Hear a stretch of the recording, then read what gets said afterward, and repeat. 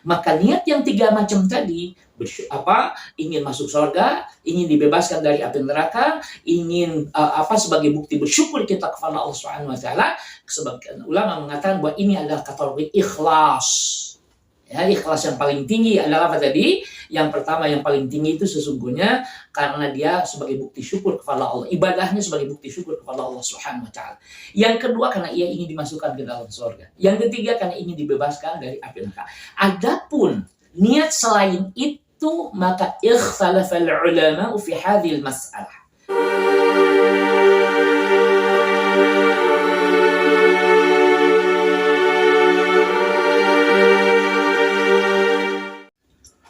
Assalamualaikum warahmatullahi wabarakatuh. Alhamdulillahi hamdan katsiran tayyiban mubarakan fih kama yuhibbu rabbuna wa yarda. Allahumma salli ala habibillah Muhammad ibn Abdillah wa ala alihi wa sahbihi wa mawalah wa ba'd. Eksekutif Mujahid Muda bertemu lagi di channel Meniti Ilmu Menata Qalbu. Pada kesempatan ini kita akan mencoba menggali mutiara-mutiara hikmah yang terkandung di dalam hadis pertama dalam kitab Al-Arba'in An-Nawawiyah, yaitu tentang keikhlasan. Kemarin sudah kita bahas bahwa ini berbicara tentang kebersihan hati, thaharah ma'nawiyah, yang dimulai, maka kitab ini pun dimulainya dengan kitab thaharah, yaitu tadi bab keikhlasan. Untuk tidak memperpanjang percakapan, mari kita langsung saja kepada hadis yang termaktub. An Amiril Mu'minin Abi Hafsin Umar bin Al-Khattab radhiyallahu anhu qala sami'tu Rasulullah sallallahu alaihi wasallam yaqul innamal a'malu binniyat wa innama likulli imri'in ma nawa faman kanat hijratuhu ila Allah wa rasulihi fahijratuhu ila Allah wa rasulihi wa man kanat hijratuhu lidunya yusibuha aw imra'atin yankihuha fahijratuhu ila ma hajara ilayhi. Rawahu Imam al-Muhadditsina Abu Abdillah Muhammad bin Ismail ibni Ibrahim ibni Al-Mughirah ibni Bardizbah Al-Bukhari wa Abu Husain Muslim ibn Al-Hajjaj ibni Muslim Al-Qushairin Naisaburi fi sahihaihima alladzaini huma asahhul kutubil musannafah, yang artinya kurang lebih dari Amirul Mukminin Abi Hafsin Umar bin Khattab, semoga Allah meridhoinya. Ia berkata, aku telah mendengar Rasulullah Shallallahu Alaihi Wasallam bersabda, sesungguhnya jasanya amalan-amalan itu tergantung niat. Wa innama likulli imri'in, dan sesungguhnya segala sesuatu itu manawa, sesuai dengan apa yang ia niatkan. Faman kanat hijratuhu, barang siapa adalah berhijrahnya ilallahi wa rasulihi, dalam rangka taat kepada Allah dan Rasulnya, fahijratuhu ilallahi wa rasulihi, maka hijrahnya dinilai berhijrah dalam rangka taat kepada Allah dan Rasulnya. Wa man kanat hijratuhu, dan tetapi barang siapa yang adalah hijrahnya lidunya yusibuha, untuk mendapatkan urusan duniawiyah, wa mar'atin yankihuha, atau perempuan yang ingin ia nikahi, fahijratuhu ila ma hajara ilaih, maka hijrahnya adalah kepada yang demikian itu. Hadis ini telah meriwayatkan hadis ini yaitu Imam Bukhari dan Imam Muslim. Tayyib. Pertama, Amirul Mukminin Umar bin Al-Khattab. An Amiril Mukminin. Amirul Mukminin, ya, laqab bagi Umar bin Al-Khattab. Selain Amirul Mukminin, kadang juga dipanggil sebagai khalifati Rasulillah. Jadi kalau Abu Bakar adalah khalifatun Nabi atau khalifatur Rasul. Adapun Umar bin Al-Khattab Amirul Mukminin atau khalifati Rasulillah. Itu laqabnya. Laqab itu gelar dalam bahasa kita, namun dalam bahasa Arab gelar itu ada dua macam. Hunaka laqab wa hunaka kunyah. Ada laqab, ada kunyah. Ya, maka oleh sebab itu di sini adalah laqab. Kalau kunyah biasa seperti ini. Kunyahnya adalah Abi Hafsin. Nah, ini kunyah Umar bin Al-Khattab. Gelaran Umar bin Al-Khattab juga itu Abi Hafsin. Ismul karimnya adalah Umar bin Al-Khattab. Umar bin Al-Khattab radhiyallahu anhu, semoga Allah meridhoinya. Radhiya ini fi'il madhi. Mestinya diterjemahkannya Allah telah meridhoinya. Tetapi para ulama menyatakan bahwa radhiya ini matlub, talabah, yang dikehendaki. Jadi maksud maka menjadi semoga Allah meridhoinya. Begitu. Ya, jadi semoga Allah meridhoinya itu menjadi sebuah harapan. Kita sendiri tidak memastikan, hanya berharap kepada Allah, berdoa kepada Allah agar beliau radhiyallahu anhu diridhoi oleh Allah Subhanahu wa taala. Qala Umar bin Al-Khattab berkata, sami'tu, aku telah mendengar Rasulullah sallallahu alaihi wasallam yaqulu, bersabda, innamal a'malu binniyat. Innama ini pembatasan, sesungguhnya hanya saja, talabul hasyr. Al-a'malu, amal-amal itu binniyat, dengan niat-niat. Nah, kan begitu. Kalau terjemahnya saja tanpa membuka kitab-kitab pendukung dalam memahaminya, bisa saja mungkin kita tidak akan pernah paham atau tidak mengerti maksudnya. Maka tadi innama itu pembahasan, al-a'malu, amal-amal itu binniyat, maksudnya dapat pahala atau tidak itu amal-amal tergantung niat-niatnya. Intabih, perhatikan. Di sini menggunakan binniyat, dengan niat-niat. Ini adalah jamak muannats salim. Berarti jamak, banyak, niat-niatnya itu banyak, ya. Jadi bukan hanya satu. Nah, tetapi di riwayat lain nanti kita akan menemukan bin niyah, dengan niatnya. Jadi amalan-amalan itu al-a'malu atau innamal a'malu bin niyah atau innamal a'malu bin niyat. Kita akan analisa dulu innamal a'malu binniyat, sehingga para ulama menerima kedua-duanya riwayat itu, binniyat dengan binniyat. Sesungguhnya hanya saja pekerjaan-pekerjaan, amalan-amalan itu dapat pahala atau tidak tergantung niat-niatnya. Apakah dia meniatkan untuk ibadah, pengabdian kepada Allah atau tidak? Kalau meniatkan untuk pengabdian kepada Allah, berarti dapat pahalanya. Tapi kalau dia menganggap bahwa ini kebiasaan saja, ini adalah adat saja, ya saya memang biasanya begini, tidak dinisbatkan, tidak diniatkan dalam rangka mengikuti arahan Rasulullah SAW, maka sebagian ulama mempersoalkan bahwa dia tidak dapat pahala. Maka oleh sebab itu, kita akan bahas dulu binniyat dengan jamak. Jadi amal itu, pertama, ada orang beramal karena ingin dimasukkan ke dalam surga oleh Allah. Itu satu, karena ingin masuk surga.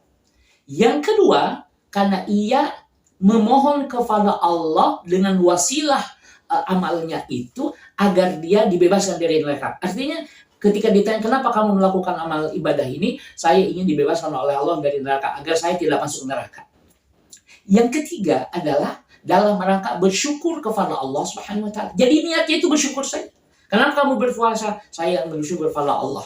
Kenapa kamu sholat? Saya bersyukur kepada Allah. Kenapa kamu sedekah? Kenapa kamu perhatikan istri? Kenapa kamu mendidik anak? Kenapa kamu berdakwah? Karena saya ingin bersyukur kepada Allah Subhanahu wa taala. Maka niat yang tiga macam tadi, ingin masuk surga, ingin dibebaskan dari api neraka, ingin sebagai bukti bersyukur kita kepada Allah Subhanahu wa taala.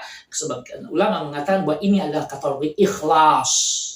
Ya, ikhlas yang paling tinggi adalah apa tadi? Yang pertama, yang paling tinggi itu sesungguhnya karena dia sebagai bukti syukur kepada Allah. Ibadahnya sebagai bukti syukur kepada Allah Subhanahu wa taala. Yang kedua karena ia ingin dimasukkan ke dalam surga. Yang ketiga karena ingin dibebaskan dari api neraka. Adapun niat selain itu, maka ikhtalafal ulama fi hadhil mas'alah. Maka para ulama berbeda pendapat dalam masalah ini. Misalnya, kenapa kamu puasa begitu rajin? Karena saya ingin supaya saya bisa jadi suaminya si fulana. Kenapa kamu berpuasa? Karena saya supaya diangkat jadi direktur. Supaya saya jadi kada wa kada, supaya kada-kada. Maka ini nanti uraiannya panjang, tergantung mana yang lebih penekanannya kepada Allah itu di mana. Sebagaimana kemudian lemahnya kepada selain Allah seperti apa. Nah, itu yang menentukan ya. Tapi yang jelas bahwa al-a'malu binniyat, redaksi ini diterima dengan penjelasan tadi, maka sejalan. Itu yang pertama ya. Innamal a'malu binniyat. Nah, adapun pengertian innamal a'malu binniyah sekarang pakai mufrad. Jadi kalau binniat, padahal sekali lagi hadis ini yang dianggap sahih itu semuanya bermuara kepada sahabat Umar bin Al-Khattab. Gitu kan? Umar bin Al-Khattab. Nah, maka dapat kita pahami satu sumber tapi redaksinya kok bisa beda. Gitu. Ada yang binniat, ada binniyah. Namun demikian para ulama tidak bisa menolak satu di antara dua itu. Bahkan tidak bisa menolak dua-duanya atau salah satunya, tapi bahkan mereka menerima kedua-duanya karena dua-duanya dapat dipahami. Lalu apa kata mereka? Innamal a'malu binniyah, kata mereka, sesungguhnya amalan-amal itu tergantung niat, karena memang seluruh macam niat yang disebutkan tadi pun karena karena ingin bersyukur pada Allah, karena ingin masukkan ke dalam surga, karena ingin dibebaskan dari siksa api neraka, atau yang lainnya, semuanya itu terletak di dalam qalbu, makanuhul qalbu. Jadi tempat niat itu di dalam hati. Begitu sebagian ulama menerima riwayat binniyah karena memang semua niat itu terletak di dalam satu tempat bernama al-qalb atau hati. Nah, kemudian wa innamal likulli ri'in manawa, ini sesungguhnya boleh dibilang penjelasan daripada innamal a'malu binniyah tadi. Jadi sesungguhnya setiap sesuatu itu tergantung apa yang ia niatkan.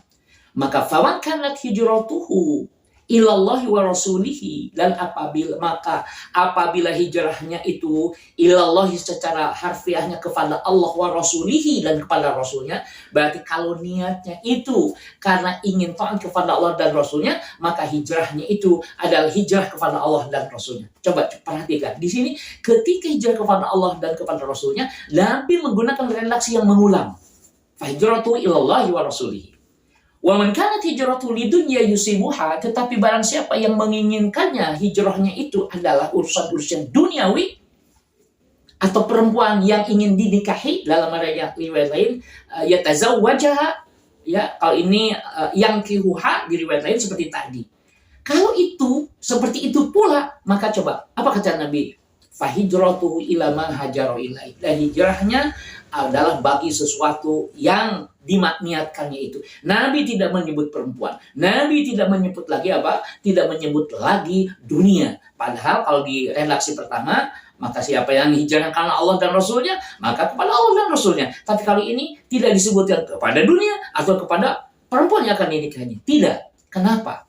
Maka ini juga sebagai isyarat, dalil itu petunjuk bahwa sesungguhnya Nabi menghendaki kebaikan itu diulang-ulang.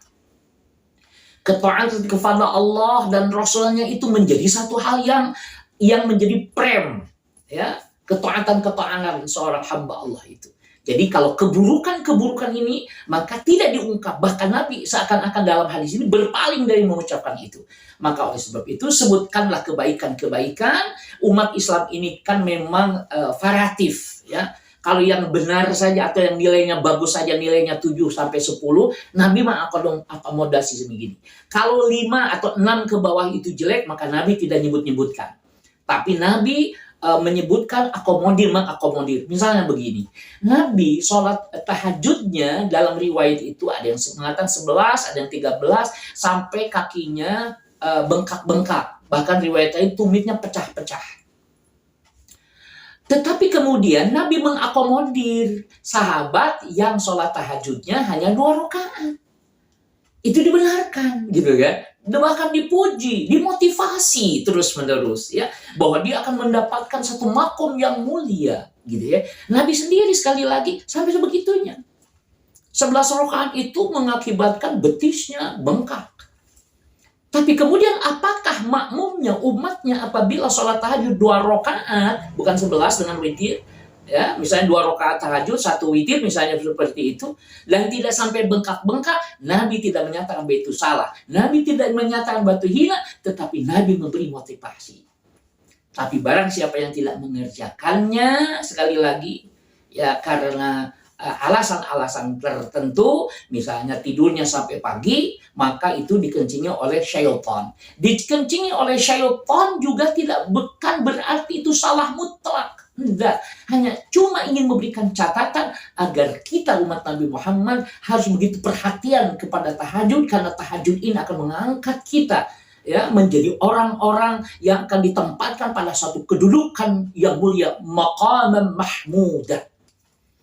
Karena faktanya, ya, jadi kalau dikencingi, jadi nanti ada orang yang berniat tahajud kemudian sampai subuh, kan tidak berlaku. Ya, apalagi, dan kita tidak tahu niat itu ada di mana, di hati. Maka kita tidak bisa mengatakan si fulan dikencingi syaitan telinganya. Memang ada hadis itu. Tapi bagaimana dengan orang seperti tadi? Ya kan, karena uzur tertentu, dia sudah berniat mau tahajud, sudah mempersiapkan dirinya dengan sholawat, dengan istighfar sebelum tidur, tapi kemudian dia bangunnya waktu subuh. Tetap dia dapat kebaikan niatnya. Jadi kita tidak bisa hanya mengkaji satu hadis saja sebagai alat untuk tahkim, untuk menghukumi. Ya, nah ini hadis ini diriwayatkan oleh Imam Bukhari wa Muslim. Dan ini juga menunjukkan sekali lagi hendaknya niat itu yang kokoh dalam hati, kemudian memandang orang dengan positive thinking, kemudian juga bahwa segala sesuatu itu tergantung niatnya. Bahkan ketika melihat orang lain melakukan kemaksiatan dalam penilaian kita, maka kita sebaiknya tidak menjustifikasi dulu, tidak memponis dulu, tapi ada tabayun, ada klarifikasi. Karena niatnya bisa jadi menjadikan perbuatannya kita anggap itu salah, padahal dia mendapatkan kebaikan dan pahala di sisi Allah Subhanahu wa Ta'ala.